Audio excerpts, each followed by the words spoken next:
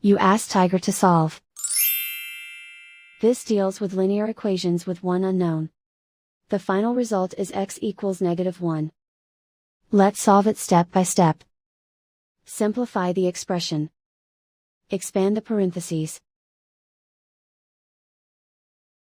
Simplify the arithmetic. Expand the parentheses. Simplify the arithmetic. Group all constants on the right side of the equation. Subtract 2 from both sides. Simplify the arithmetic.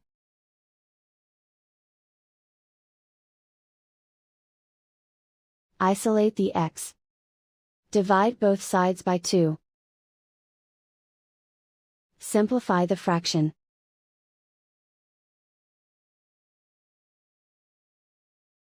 And so the final result is x equals -1.